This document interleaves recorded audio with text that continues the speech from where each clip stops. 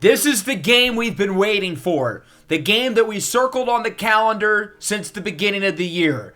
TCU comes to town to face off against Kansas.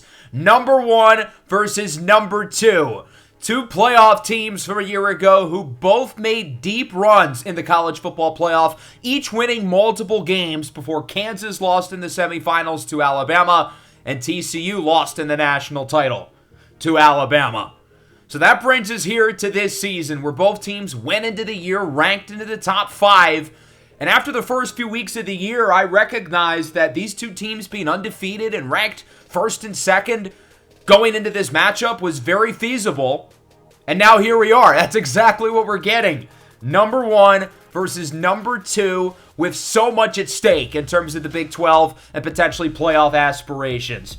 In the last episode, we had our first ever triple header with a thrilling victory against Colorado. The Buffaloes really took us down to the wire. A close game against SMU. Sean Pullard and the Mustangs gave us some trouble. And a 28-3 blowout at Utah. The Utes operating with their backup quarterback. And their offense certainly looked like they had a backup QB. It was rough. So the initial plan was that we were going to do another triple header today. We were going to do 2 more episodes of 3 games. But I've decided to change that slightly. Instead, we're going to do 3 episodes of 2 games. I don't want to rush through the remainder of the regular season. I want to enjoy the ride. And even though I'm working on a time crunch with College Football 26 less than 4 weeks away, I think we can still afford room for an additional episode. So we're going to play 2 games today, obviously against TCU first, and then we're headed to Baylor for our second game of the day against the Bears. At 6-0, obviously the team's playing some great football. The defense is the best it's been during the entire duration of the series. Cornell Teamer's been maybe the best running back in the country. And Kerry Chosen looks the part at the quarterback position. Chosen did not play his best over the last 2 games, though, against SMU and Utah. And we're going to need him to play quite a bit better this week against the Horned Frogs, who come into this game ranked number 2, 7-0, 4-0. In conference play. They've been right up there with us in terms of the most dominant teams in the country. There's only 4 unbeaten teams left. Kansas, TCU, Michigan, and Michigan State. That's it. And at least one of those teams will no longer be undefeated when the week is over. We're the only 2 teams who have not lost an in-conference game yet as well. So not only does the winner of this matchup remain undefeated in the Big 12, but they get the head-to-head tiebreaker, which could prove to be very valuable. Everything with TCU starts and ends with quarterback Hoss Haney, who's in first place for the Heisman Trophy. He was in second place for the Heisman last year. Decided to return to school as the favorite to be the top quarterback off the board in this year's NFL Draft, and he has not disappointed. In terms of his game stylistically, I think he's the closest thing we've seen to a Lamar Jackson or Kyler Murray type since they were in college. Haney threw 51 touchdowns last year, and he's on pace to potentially do so again. But he's cut the interceptions way down. Threw 10 last year, only 1 this season. TCU has some familiar faces for us as well. We lost Jazeer Tolbert, Devontae Crispin, and Ben Bieria in the transfer portal last offseason, and they all went to TCU. Obviously, Tolbert is the big name of that group. He's played a big role on our offense over the last couple of years, but he wanted to be a starter. And with Cornell Teamer and Ty Lord here, that's not something we could have offered him. Well, he's transferred to TCU, and it has been a beautiful marriage for both sides. He's been one of the most efficient backs in the country, averaging over 7 yards per carry. Losing him was a big deal. This is our short yardage back, our tough physical runner to wear teams down in the second half, but he has flourished with the Horned Frogs. In his first 7 games, he's recorded at least 7.9 yards per carry in 5 of them.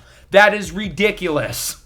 Behind him, Ramsey Zellington is a very good complementary piece along with Nate Palmer. The receivers are great with Geckel Baker, Alex Anelli, who they got into the portal from SMU, Roberto Ruiz, Dozie Ezukanma, and tight end Tradez Green, who we tried to get in the transfer portal before he ended up committing to TCU.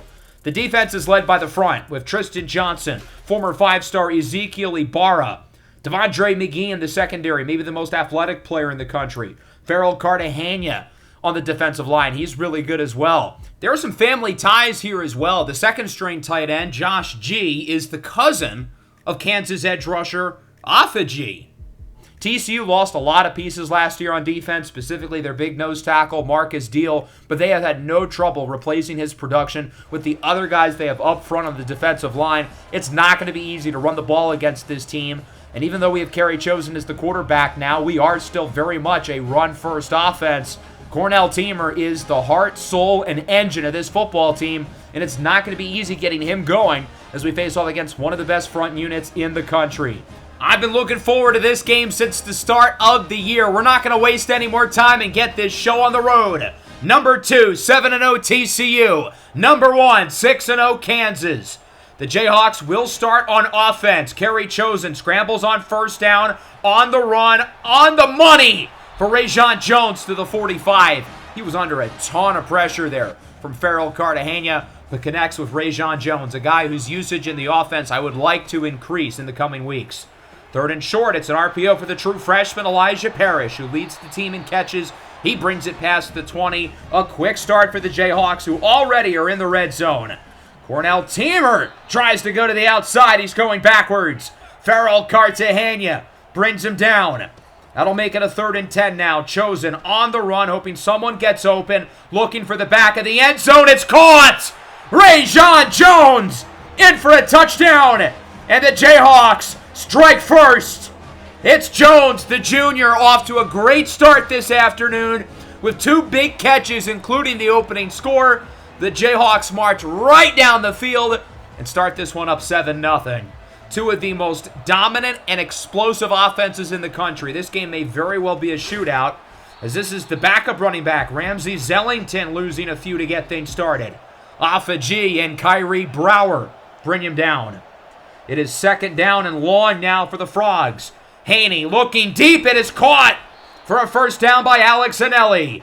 Who would have thought on 2nd and 18 when we're playing behind the chains we allow a first down? What a surprise. It's a screen for Zellington, weaving through defenders, and Ramsey Zellington gets it to the 50. Hoss Haney and the TCU offense looking good early as he's joined by the big fella, Jazir Tolbert in the backfield, already breaking tackles on his first run as he gets around 4. That's Tolbert's game. Big, physical, strong, compact runner. As on 3rd and 4, it's going to be a screen for Tolbert, and he is lassoed down for a loss of 3. Soma Satele saying he's too small, forcing the stop, and the Frogs are going to punt it away inside the 5. 2nd and 6 at the 5-yard line for the Jayhawks. Chosen and Teamer in the backfield. Chosen taking his time. Play action. Under pressure, he's sacked. Tristan Johnson with the safety. And TCU is on the board as Chosen appears to be in some pain.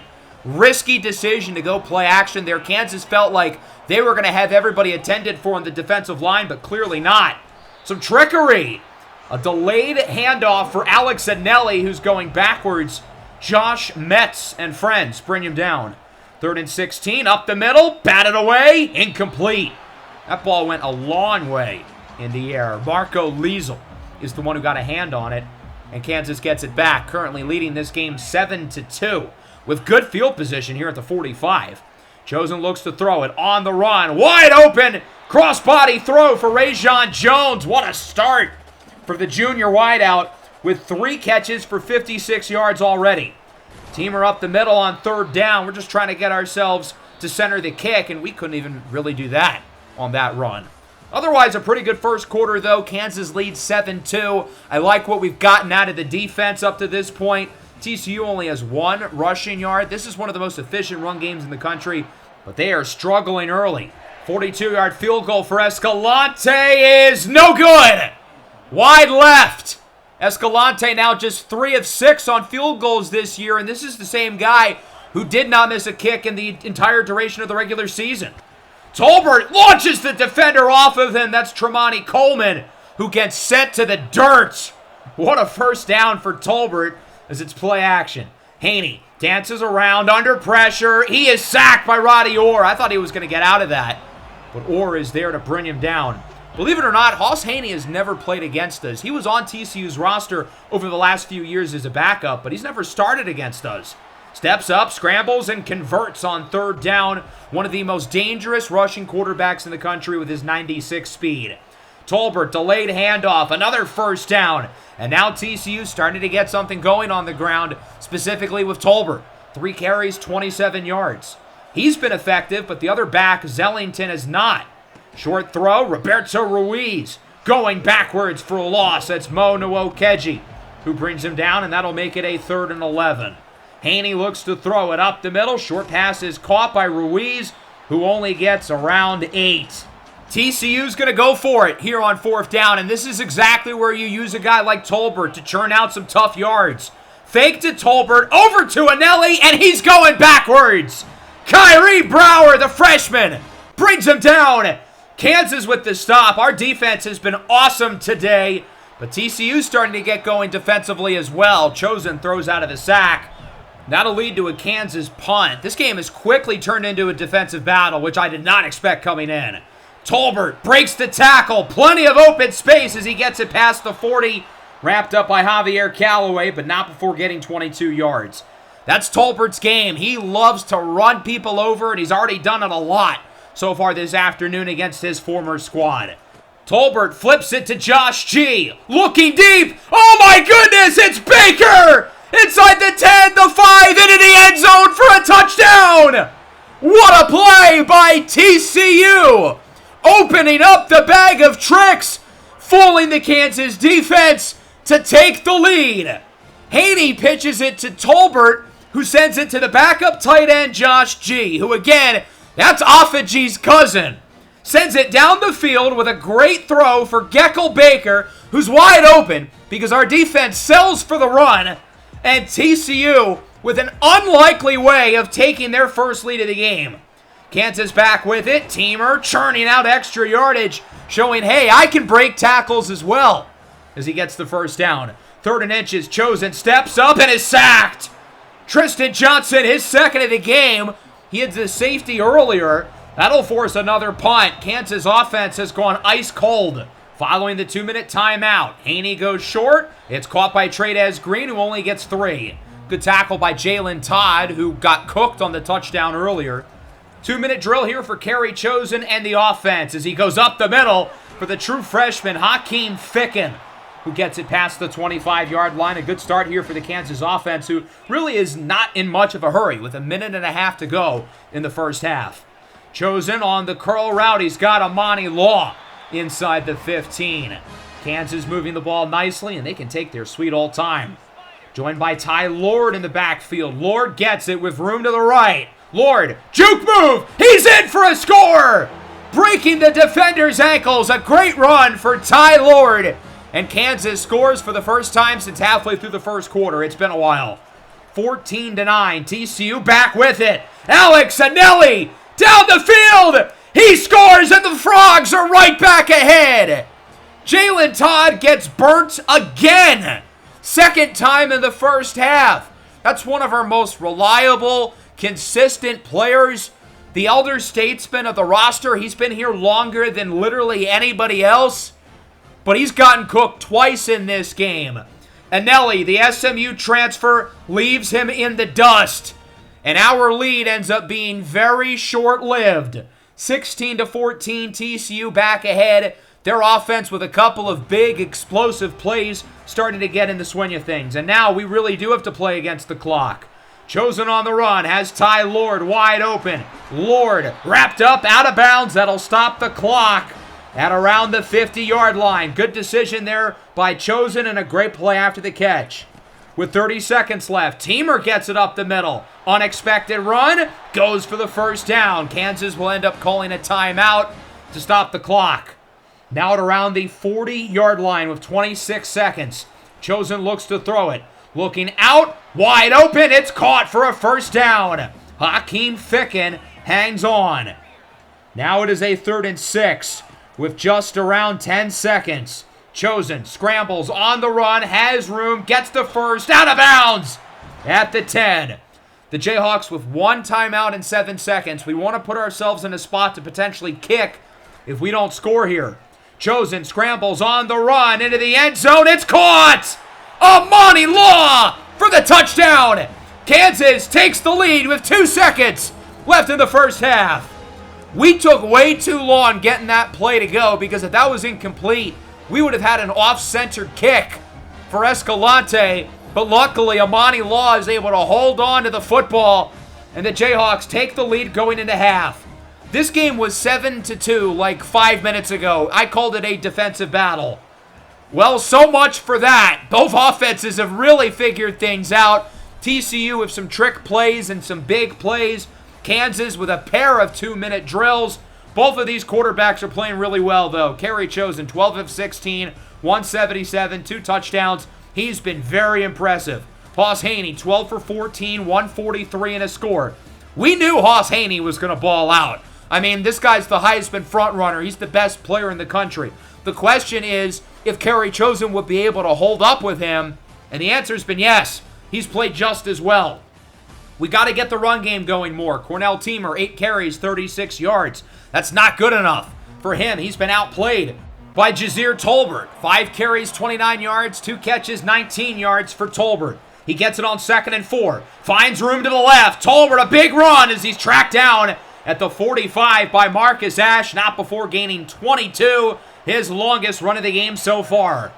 Haney alone in the backfield now here on 1st down as he looks to throw it. He'll go short. It's Trey'Dez Green who gets by Ashe and is leveled. A big hit by Jalen Todd. TCU's offense looking good early. They are picking up right where they left off from the end of the first half. 3rd and 7, Haney by himself again. Looking short, it's caught. Nice grab. Gecko Baker, a guy who's always played well against us in the past. Had some highlight plays in the playoff last year. Gets TCU in the red zone. Tolbert, he is smothered in the backfield for a loss. Roddy Orr brings him down as Ramsey Zellington is in the backfield now on 3rd and 8. Haney looks to throw it, and he will throw it away. Nobody got open. Good coverage there by the Kansas defense, and the Jayhawks will hold on to their lead. B.J. Johnson, the true freshman, from 28 yards to cut it within 2. His kick is up, and it will squeak through. A close one for Johnson, and that'll make it 21-19. B.J. Johnson being his name is a little bit ironic.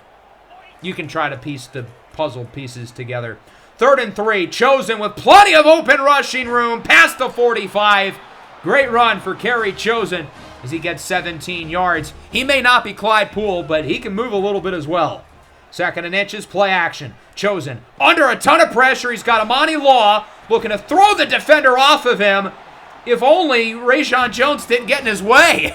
I think he could have broken that off for an even bigger gain, but still a good play for Law and a great throw by Chosen, who had the cavalry rushing after him. Now it is a 3rd and 2, joined by Ty Lord in the backfield. Chosen taking his time. He'll hand it off for Lord. Up the middle. Lowers the shoulder. He's in. Ty Lord, his 2nd touchdown of the game. Kansas up by multiple possessions with 3 and change left in the 3rd. So TCU starts the 2nd half with a field goal. We one-up it with a touchdown and are up by 9. Our biggest lead of the game. TCU back with it. Fake for Tolbert. Short throw caught by Tolbert. Launches the defender off of him. That's Santiago Herrera. I mean, these guys got to be somewhat used to it in practice over the last few years. But Tolbert has had his way with these defenders. But not on this play. Kyrie Brower smothers him at the line of scrimmage. Tolbert is dinged up on the play, jawing with Viliami Manupuna, who he was recruited here with.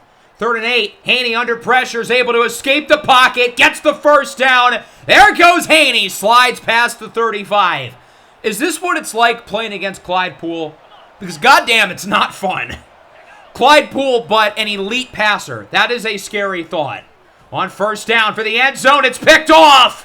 It is Manupuna with the interception. Should not have returned it out, but we'll take it. Just the 2nd interception that Hoss Haney has thrown all year. Manupuna had some choice words for Jazir Tolbert, his former teammate, earlier on the drive, and clearly he's backing it up. Haney sends it into double coverage. That was a very bad decision. Kansas has to watch out for the safety, though. It's already happened once in this game. Ty Lord nearly tackled in the end zone. Luckily, he gets out of trouble. I think that was Tristan Johnson, again, who nearly had his 2nd safety of the day. 28-19 going into the 4th. Kansas is in control, but we know how good this TCU team is. This game is far from over. We cannot let our guard down, up by 9 with the football. First down. Here is Chosen up the middle, into traffic. Good throw and catch into the hands of Elijah Parrish, who gets it to the 25. 3rd and 10 now for the Jayhawks. Chosen looks to throw it. Dances around up the middle. Misfires. Amani Law was open. That was a rare bad throw from Chosen, and TCU gets it back here at the 50. It's another trick play. This is Ruiz. He's picked off. Javier Callaway with the interception, and he's got room on the return.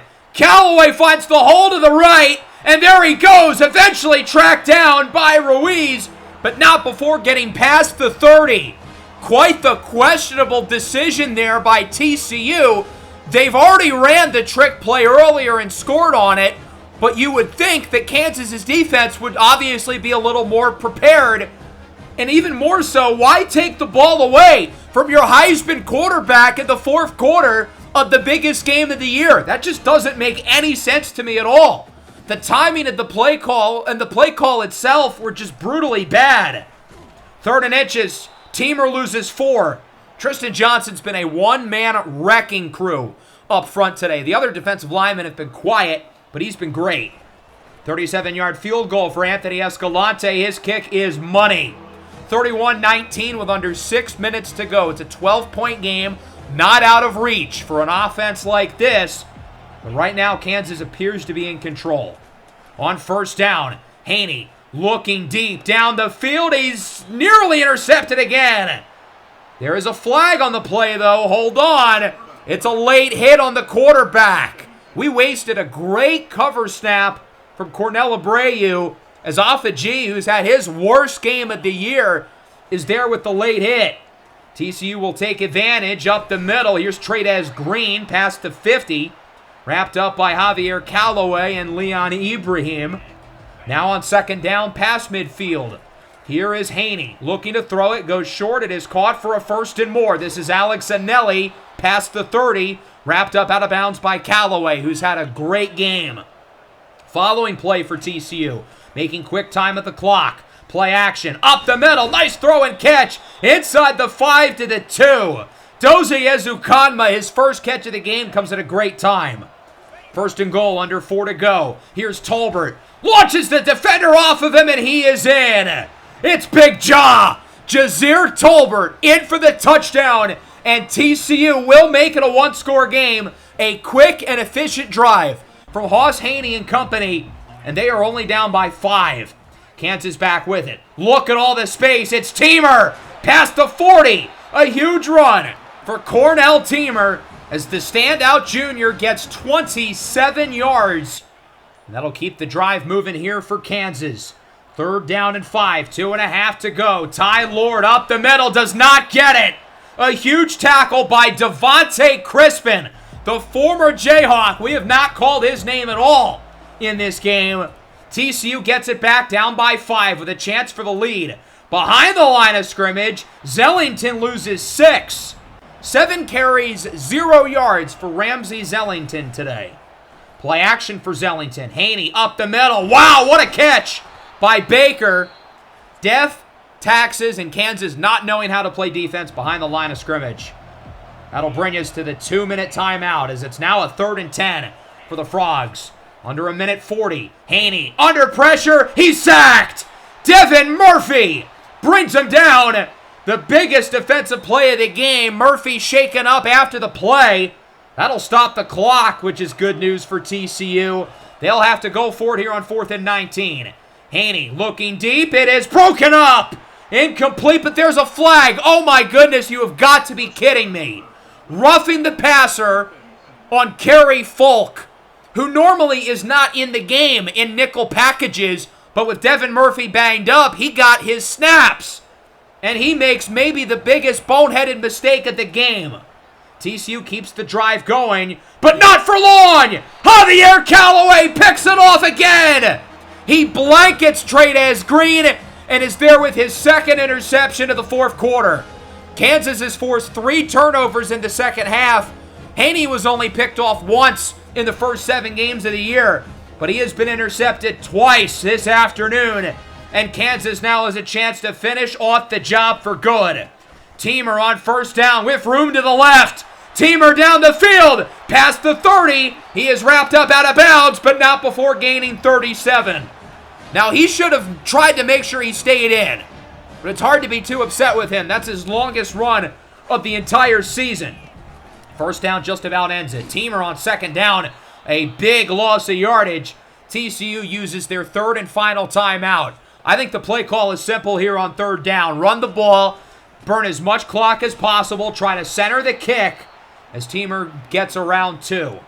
So we'll bring the field goal team out. We're going to burn as much clock as possible. It's a 37-yarder for Escalante, who's 1 for 2 so far this afternoon. He made one earlier in the fourth quarter from 37, as we're going to let the play clock go all the way down. Play clock and game clock separated by around 17 seconds. Escalante, the senior, his kick is good. That was close. Oh, man, he barely squeaked that one in. 34-26, so it is a one-score game. TCU has 0 timeouts and maybe 15 seconds. My goodness, that kick was close. The Horned Frogs at this point will need a miracle, and this is not a good start. Movement from the offensive line. It's a false start against TCU. And now they're backed up an additional 5 yards. They have it at the 10-yard line. They need 90 yards here. Haney on first down. Under pressure. He will throw it away with 10 seconds left on the clock. He was nearly sacked by Alpha G. That would have ended the game. 2nd and 15. Under pressure. Haney runs around. Nobody was open. He throws it away. With 5 seconds left, this might be the last play of the game. 3rd down and 15. Haney backs up in the end zone, has plenty of time, looking deep. Down the field, it is tipped and incomplete! And the Kansas Jayhawks knock off the Frogs! 34-26! What a game we were treated to! The number 1 and the number 2 teams in the country both certainly looked the part. Kerry chosen the player of the game. He was awesome in this matchup. We needed him to learn from his mistakes over the last couple of weeks. Probably our 2 worst offensive games of the year. And while the offense started slow, Chosen really got going at the end of the first half. And unlike TCU, he didn't turn the ball over. They had 3 turnovers in the second half. We had none. I think that might be the biggest difference of this game. We protected the football. They did not. As we take a look at the individual numbers, Chosen was really effective, really efficient. 18 of 25, 235, and 2 scores. He is turning into quite the player for this team. 16 for 109 for Teamer. He was great in the second half. First game all year, he did not score, though. Ty Lord took his touchdowns. Amani Law and Elijah Parrish were effective. Jones, of course, had the big first quarter. The offensive line, I thought, was great.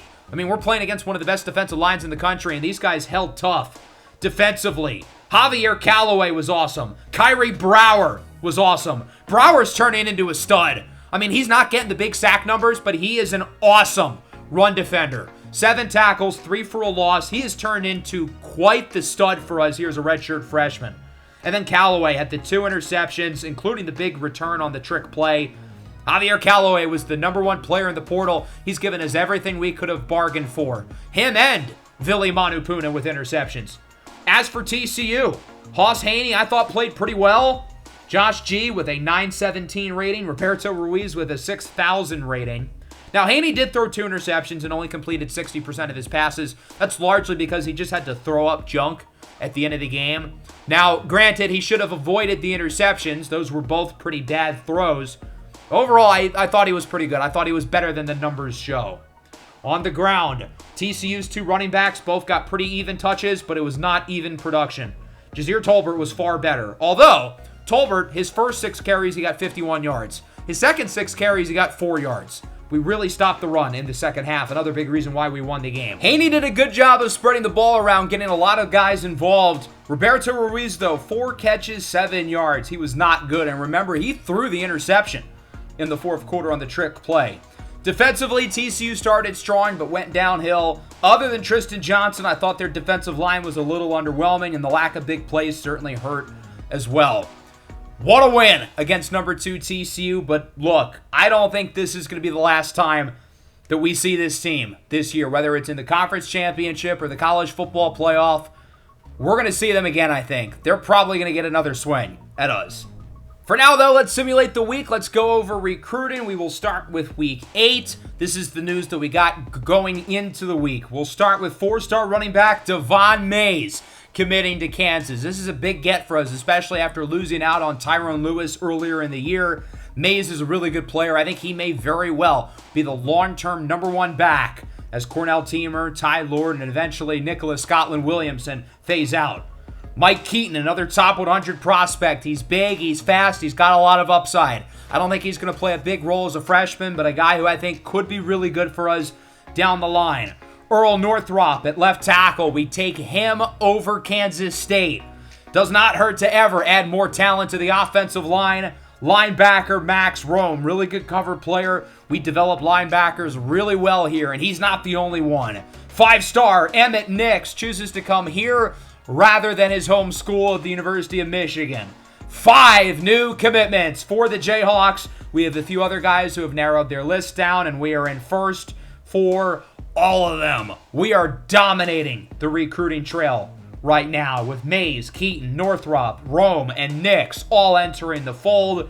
You've got Orson Boykins, the 5-star receiver, down to 3. We're in first place. We have a comfortable lead. And then Jaquez Warrior, Dakota Stewart, Garrett Van Denmark, Jonathan Kute, and Teddy Jackson, all of whom have narrowed their list down. We have the lead for every single one of them. We now have the 5th-ranked class in the country with 5 5-stars and 4 4-stars. There are 12 5-stars who have committed, and we have almost half of them. That is pretty incredible. This is quickly shaping out to be an elite class. After we struggled last year on the recruiting trail, this year we got our lick back with 9 really, really good players. In terms of everybody else on the board, we're doing extremely well. It's not just this crew, 5 5-stars and 8 top 100 prospects, but we're going to be adding more to this list because pretty much everybody we have on the board is in first place.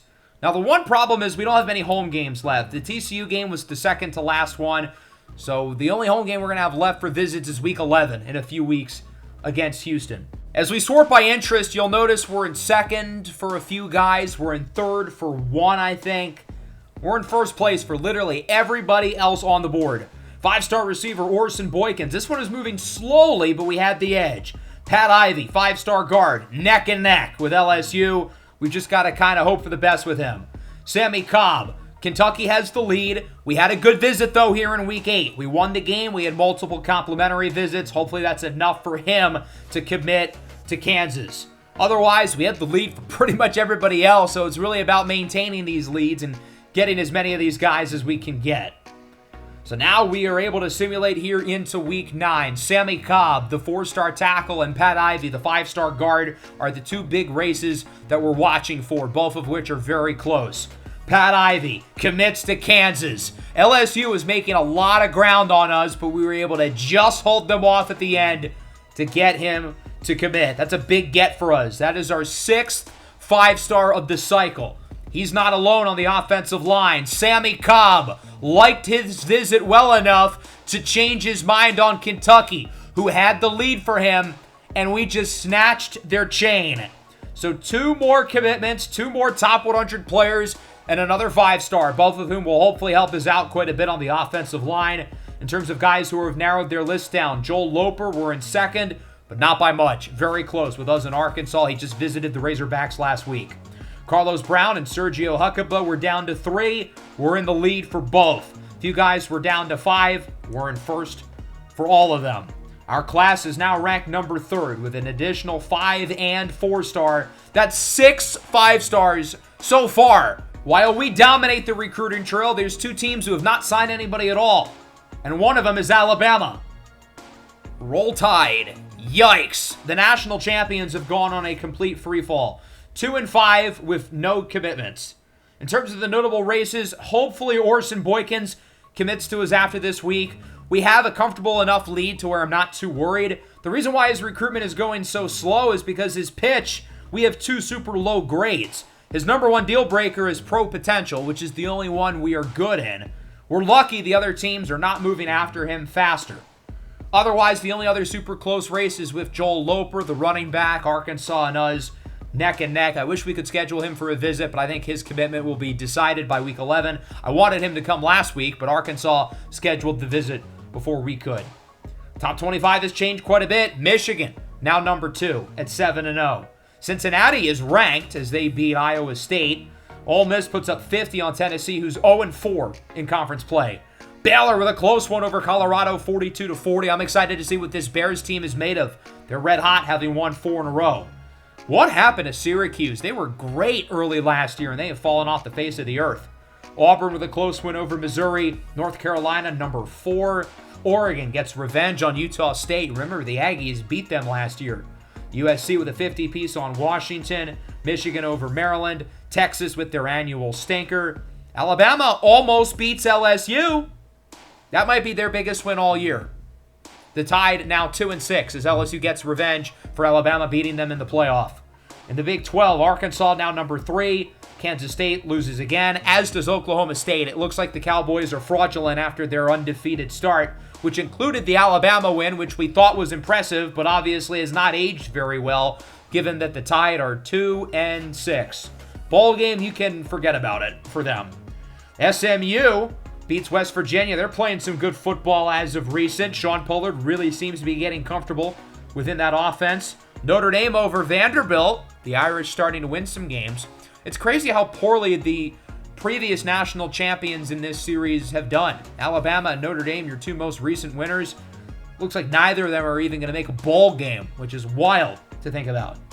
There's only 3 unbeaten teams left. Kansas, Michigan, and Michigan State. I would assume Michigan plays Michigan State at some point, I would hope. TCU drops to number 8, so they remain in the top 12 for now. They still control their own destiny in terms of grabbing a playoff spot, but if they want to win the conference championship, there's a good chance they would have to play against us again, a scenario that we, of course, already mentioned a little bit earlier. A team who we have not talked about that much this year is USC, replacing the number 1 pick, Sam Anatulu, at quarterback, and they have fared just fine, 6-1. DeAndre Urbick with 6 touchdowns.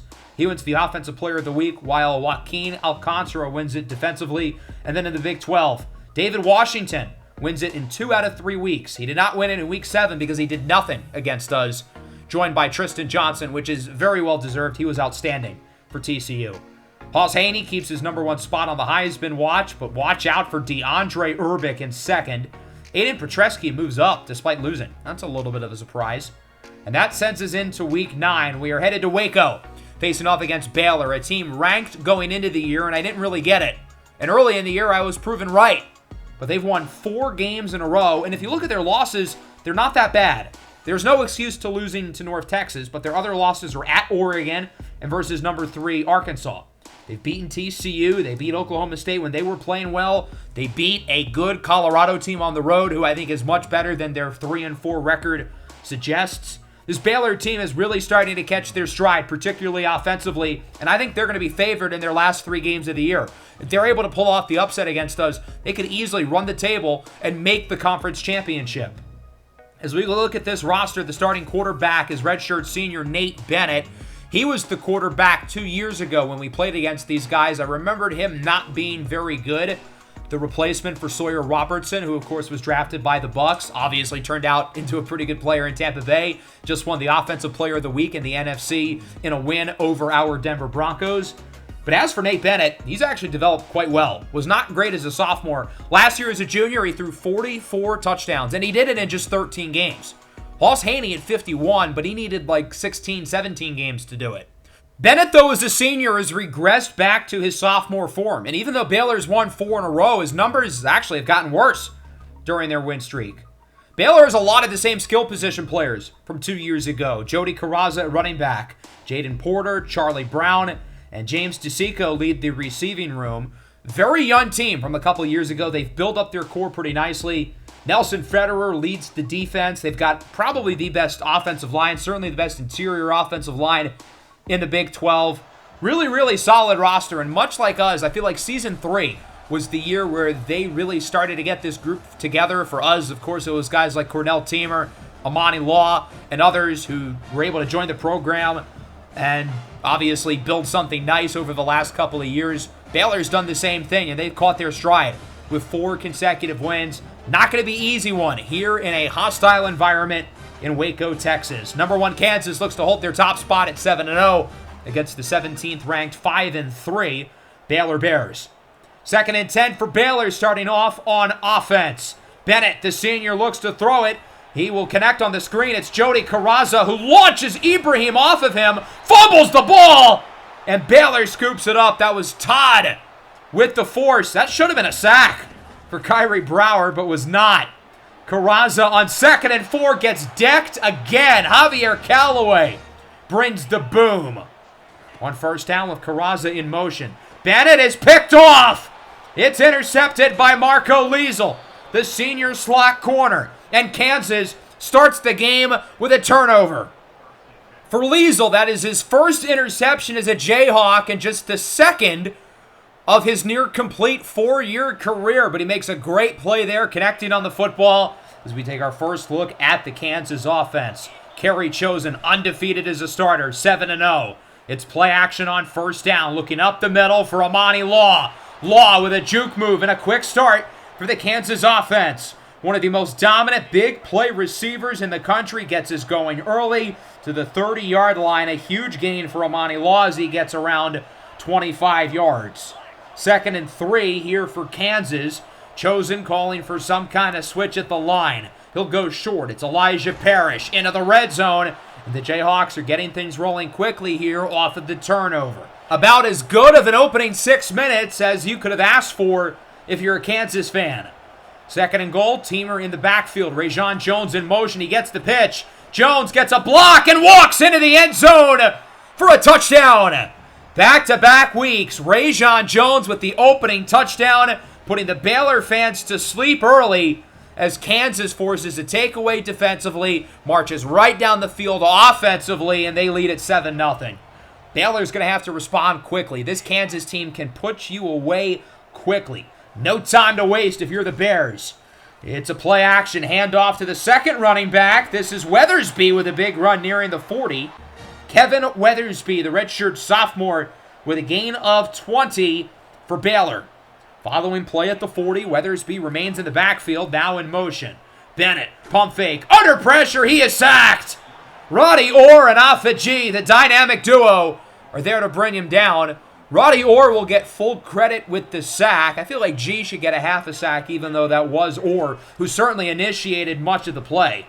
Bennett on 3rd and 14, connects with his tight end, Darrell Shedd. That ball is thrown just over the extended arms of Zach Stokes. 2nd and 4. Look at this, trying to dance around the backfield. It's James DeSico, who loses a couple of yards. Lorenzo Willies, the All-American junior guard, is hurt on the play, a team captain for Baylor, as it is now a 3rd and 7 here for the Bears. Bennett looks to throw it, short pass, caught for a 1st down. Weathersby breaks a tackle inside the 10, nearing the 5, where he's wrapped up by Liesel. Now at the 1, 2nd and goal. It's Jody Carrazza. Walks in for a touchdown, and Baylor with a much-needed response. We're tied at 7. They needed that drive desperately after the turnover and the Kansas touchdown. So it looks like Baylor is going to give us a game after all. Following drive for Kansas, taking their sweet old time.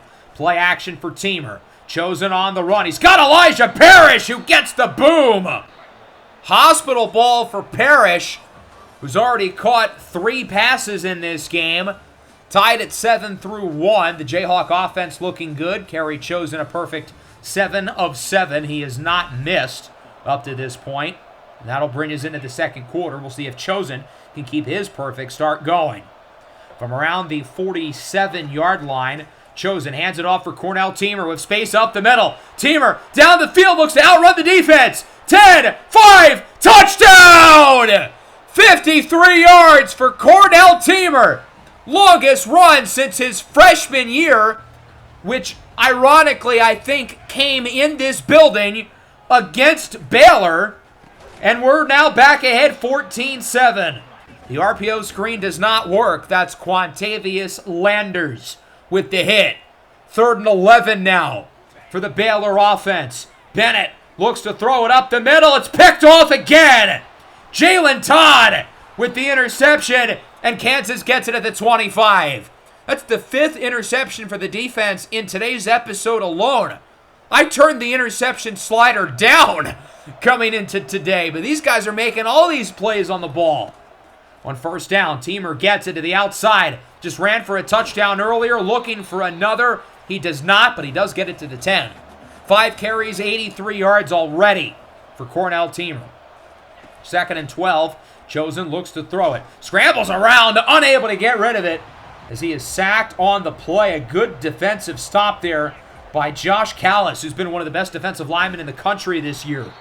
On 3rd down, we're going to run it up the middle, just try to center the kick. We know we wanted to make it a 2-score lead off the interception, so I figure why not just make this as easy as possible for Anthony Escalante. 35-yard try is up and good, and it is 17-7. A lot of Texas teams on the schedule for us. We had TCU last week, Houston in a couple of weeks, obviously Baylor today. Pretty cool for the Texas natives, including Anthony Escalante, who has friends and family here at the game. RPO, big hit. Marco Liesel, his best half as a Jayhawk so far, not just with the interceptions, but the tackling as well. He's been great. 3rd and 12, it's a screen and a big loss for Carraza as he is hit hard by Leon Ibrahim for a loss of 4. Kansas gets it back, looking to add to the lead, up by 10. Carry Chosen on first down, scrambles it around to the right. Chosen on the run, looking deep down the field. It is caught! Amani Law with a huge play. It's a gain of 46 for Law, the Cedar Hill, Texas native, who also has friends and family here at the game. 2nd and goal, Teamer into the end zone. 2nd touchdown of the game. We knew we had to get Teamer his looks in the red zone after he did not score last week. Kansas up 24-7. 17-0. We've outscored them so far in the 2nd quarter, and there's still 4.5 minutes left. Baylor has it back, all of a sudden down by 17. There's a big play, though, for the tight end. That is Daryl Shedd, wrapped up by Todd. As I said earlier, this Kansas team can take you out of the game quickly. It happened to Baylor 2 years ago against us, and it's happening right now. Short throw is caught. Not going to be much on 3rd down. There is a flag. At first, I was worried for another roughing the passer after we had 2 last week. But instead, it is an offensive pass interference on James DeSico, and we're going to choose to take the downs over the yardage and make Baylor punt it away. 2nd and 9, Teamer in motion. Chosen scrambles to the right. He's got room to run. I told you he can move. Chosen out of bounds near the 40. He may not be Clyde Poole, but I think he's doing a better job of understanding when to get away from pressure and when to scramble. Teamer on first down. Another big run for Cornell Teamer as he gets his way past the 45. Already over 100 yards. 9 for 107 and 2 scores in the first half for Cornell Teamer. Here is Chosen on first down. Looking towards the sidelines. It's caught by Elijah Parrish. And that'll get Kansas out of bounds to stop the clock. Inside the 30. Chosen under pressure. Does not escape. He is wrapped up on the play by Jason Terrell, the redshirt junior linebacker. 3rd down and 19 at the 35. We're just going to run it up the middle. Good gain for Ty Lord. He gets a dozen. So that definitely puts us into field goal range. And again, the goal of running the ball there was to A, center the kick, but also get us into field goal range. That would have been a 52-yard try from the 35. So now it's going to be a lot easier. 41-yarder for Escalante is good. Kansas has now outscored Baylor 20-0 here in the 2nd quarter as we lead this game 27-7. Baylor needs a big drive here with around a minute left in the first half. On first down, up the middle. That one is caught. That's Jaden Porter, the redshirt senior, their top receiver who's been quiet this year. His first catch of the game for 23. Now here's Evan Chansey, the redshirt sophomore who gets 26. Baylor on 2 plays gets nearly 50 yards. This is exactly what the doctor ordered if you're the Bears. With 40 to go, here's Bennett under pressure, floats it for the end zone. He's picked again. Javier Callaway, 3 interceptions in these 2 games alone as he returns it to the 20 where he is tracked down by Bennett. Kyrie Brower hurt on the play for Kansas. Nate Bennett has only thrown 4 incompletions today. 3 of them have been picked off as it's 27-7 going into the break. It's been such a weird game for Bennett. 17 of 21, 178. But I feel like much of his production has been because of the screen game and the RPO game. And when he has thrown the ball downfield, well, as you've seen, he's been prone to turning it over. Kerry Chosen, much of the same. He's been ultra efficient, 12 of 14, 145 and a score.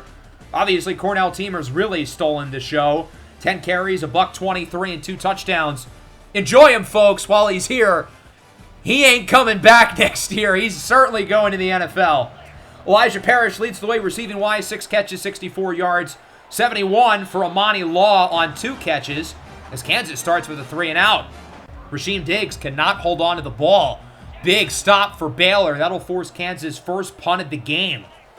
Baylor has it back. Bennett on the read option. Everybody sells for the run, and Bennett is finally tracked down, but not before a huge gain on the ground, fooling every single one of our defenders for a gain of 24. Bennett surveys the field, looks deep, it is caught in the hands of Darrell Shedd, who now has nearly 100 yards this afternoon. On 3rd and goal, Kevin Weathersby is in.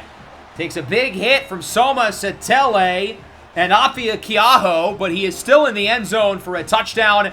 This has been as good of a start to the second half as you could ask for Baylor.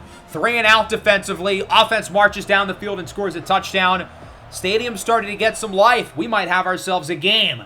Cornell Teamer looks to change that. First down, out of bounds at around the 35. They're putting way too many guys in the box. Teamer's outrunning everybody, and there's no one back deep to stop him. On 3rd down, Teamer gets the first down. Big block from Amani Law, who's hurt on the play, as Teamer's out of bounds past the 30. Law putting his body on the line. No block, no rock, but that injury could be bad news for us. Following play, here is Chosen, looks to throw it, scrambles to the right. He's got Rasheem Diggs. Inside the 20, inside the 10. Great play after the catch. But now Kenyon Denbo, the right tackle, grabbing his elbow. That's 2 starters hurt on back-to-back plays. Not good news. 1st and goal. Teamer up the middle. He's close. Big hit by the defense, and look at this. Amani Law, dislocated hip. That is bad news. That's our 2nd best offensive player after Cornell Teamer. 2nd and goal. Teamer loses around 3 or 4. Kenyon Denbo, fractured elbow, out for the year. What is happening? 2 of our most important offensive starters with huge injuries. This is not good. 3rd and goal. Chosen connects. Good catch by Elijah Parrish for the touchdown.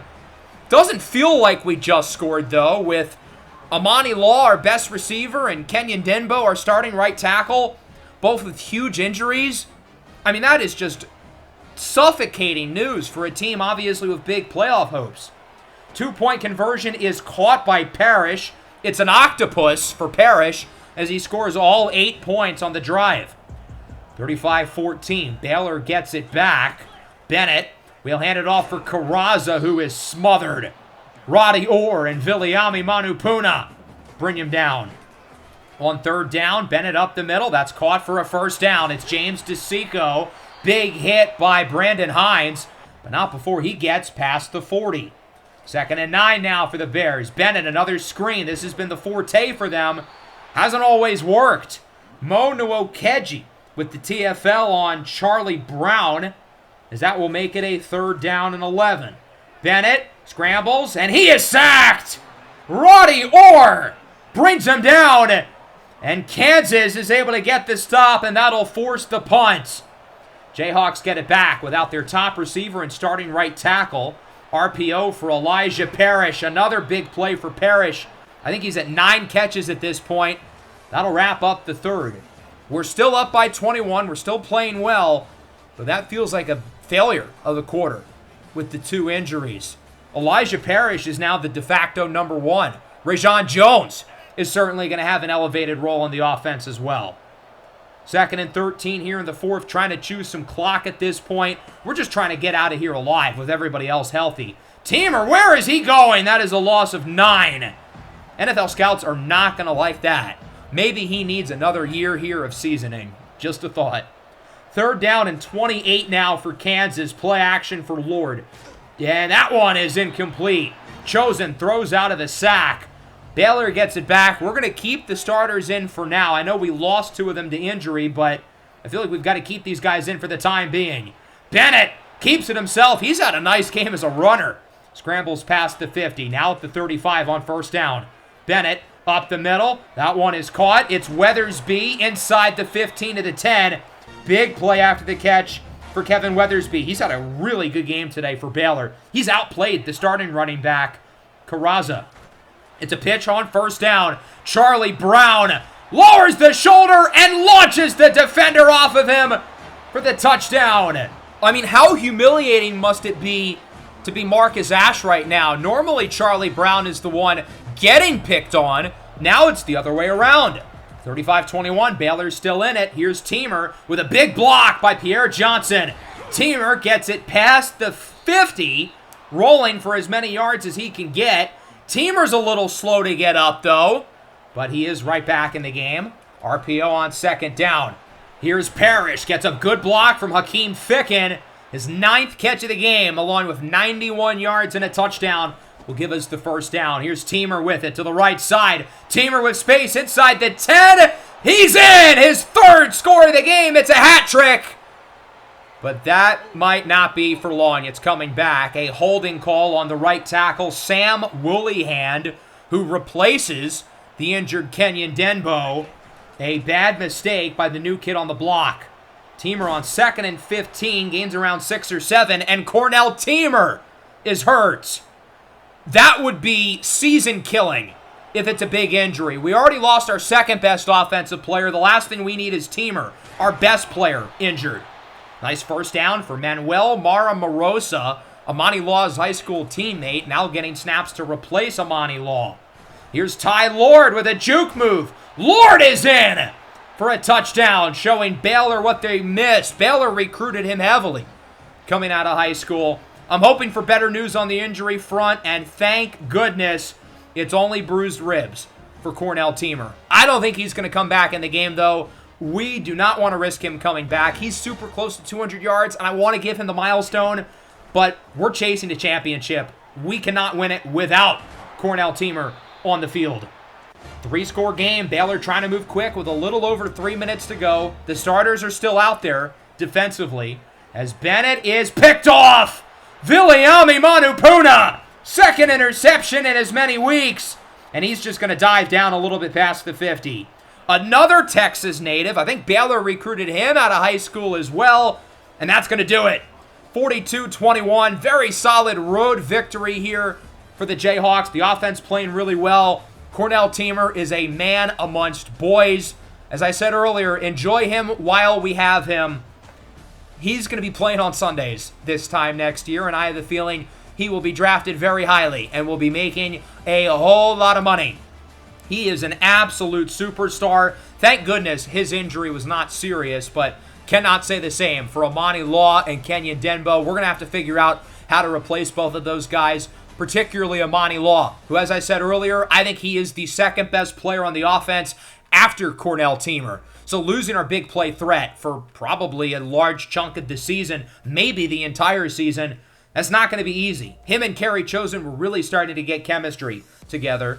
Chosen looked fine without him in the second half and had a great game overall, 22 of 28, 240 and 2 scores. Still only 1 interception through 8 games. 19 carries, 180 yards. I believe that is a career high, and 2 touchdowns for Cornell Teamer. He is an animal. Ty Lord played well in the second half. Scotland Williamson had some good runs. Through the air, Elijah Parrish, the true freshman, you will be our wide receiver 1. Moving forward with the injury to Amani Law, who had a couple big plays early per usual. Everybody else is going to get the ball a lot more as well. Rajon Jones is going to certainly play a bigger role. Hakeem Ficken, Rasheem Diggs, the running backs, Dorian Pepper, and Welmar Morosa. And then obviously on the offensive line as well with Kenyon Denbo.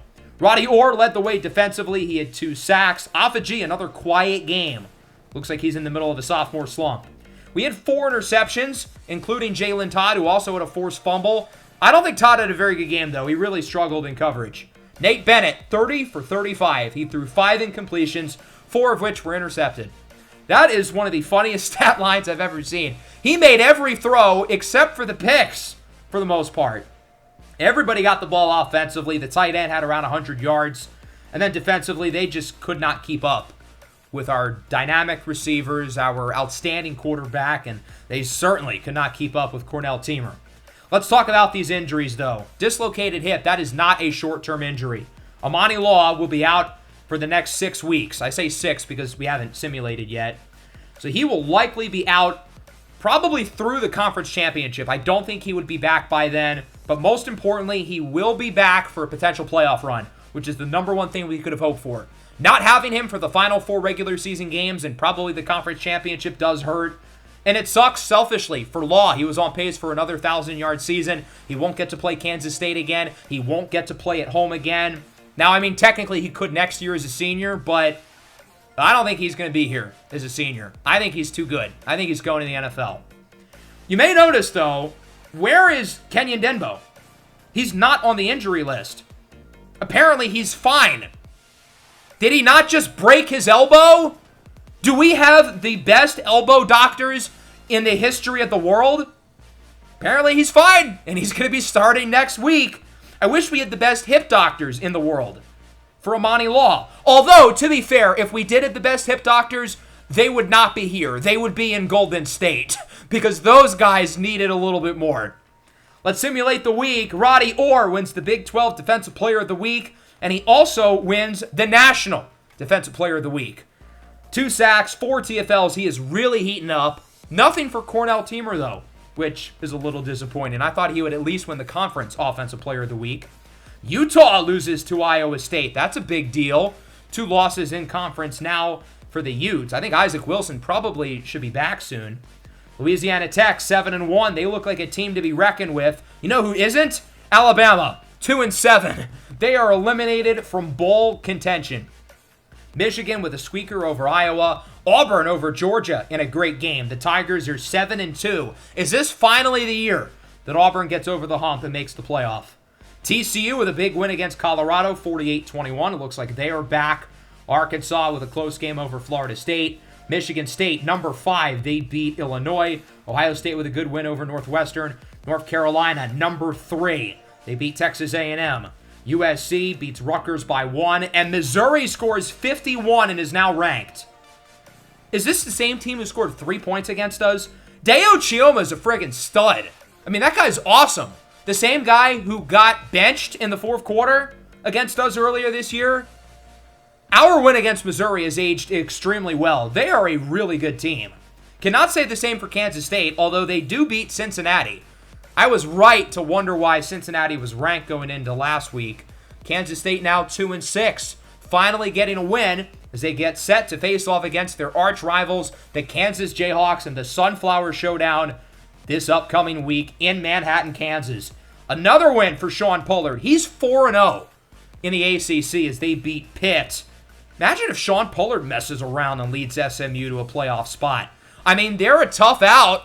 We had a hard time beating them earlier in the year. I really wouldn't be that surprised. Kind of crazy that Alabama beat them, looking back at it.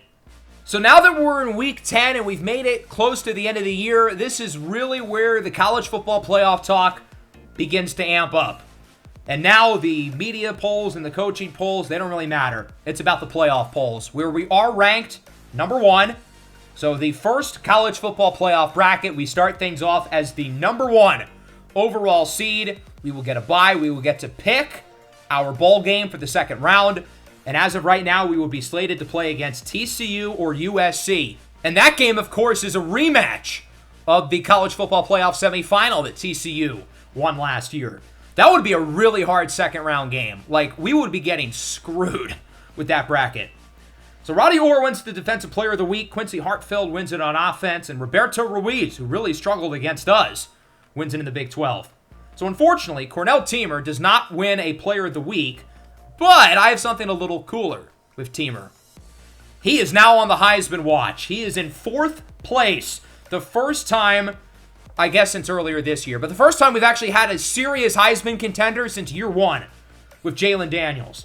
DeAndre Urbick, the USC receivers, actually passed Hoss Haney for the lead. Let's look at the award finalists. There's a lot of guys on our team in the running, like maybe too many.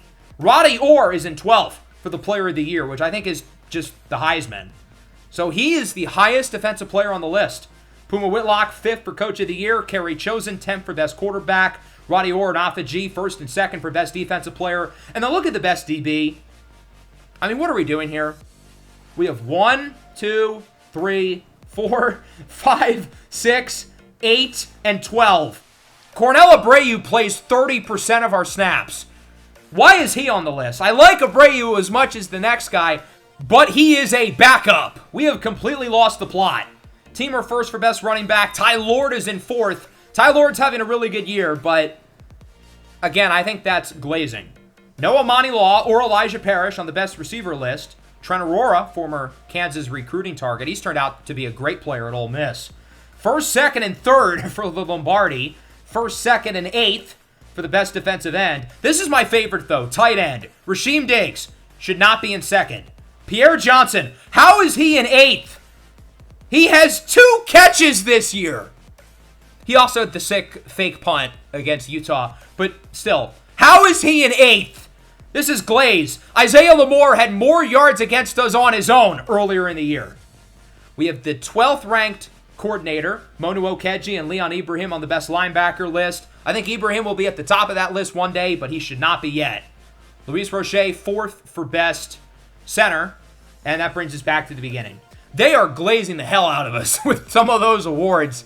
Like, obviously, Cornell Teamer being there, Roddy Orr, Afa-G, I get it. But, like, Pierre Johnson, Cornell Abreu, are you kidding? That's kind of ridiculous. So next time around, we've got Kansas State and Houston. Probably the 2 worst teams on the schedule. The 2 worst teams in the conference. But that does not mean we should let our guard down. These are still 2 big games. I mean, Kansas State's a rivalry, so that's obviously a big deal. Houston's senior day, last home game of the year. And when you're a team like us who's in pursuit of the championship, we can't be focusing on the following weeks. We cannot be looking ahead at our matchup at number 4, Arkansas. We've got to focus on the task at hand, win those 2 games, keep our undefeated season, keep our number 1 ranking, and continue to push forward. We're the favorite right now to win the whole thing. With all those guys in the awards races, everybody's got their eyes on us. And oftentimes throughout these series, the top team and the favorite does not win the whole thing. Alabama last year is an exception to the rule. Normally, the number 1 team does not win the playoff. So we've got to try to A, get the number 1 seed, and B, break the trend like Alabama. Hope you guys enjoyed, though. Make sure to leave a like. Make sure to subscribe to the channel if you are new. Rock chalk.